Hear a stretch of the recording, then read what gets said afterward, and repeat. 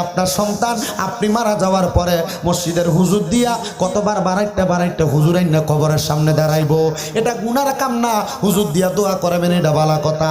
কিন্তু আপনি আপনার সন্তানকে যদি কোরআনটা শিখিয়ে দেন, আল্লাহর নবী কয় কোন সন্তান যদি আল্লাহ পাক রব্বুল আলামিনের কাছে হাতটা তুলে দোয়া করে, রব্বির হামহুমা কামা রব্বায়ানি সগীরা ওয়া কুর রব্বির হামহুমা কামা রব্বায়ানি সগীরা, আমার আল্লাহ তাআলা ওই সন্তানের দোয়া শেষ হওয়ার আগে তার মা বাবার জীবনের গুনাহগুলো মাফ করে দেয়। পড়েন সুবহানাল্লাহ। অপর পরবর্তী হাদিস শরীফের মধ্যে একজন মা বাবা সন্তানকে শিষ্টাচার শিক্ষা প্রদান করাবে, সন্তানকে আদব শিক্ষা গ্রহণ করাবে। একটা সন্তানকে মা বাবা যখন এমন ভালো ভালো কাজগুলো শিক্ষা গ্রহণ করাবে, তখন ওই সন্তান শিষ্টাচারওয়ালা একটা আদববান মহান মানুষ হয়ে যাবে।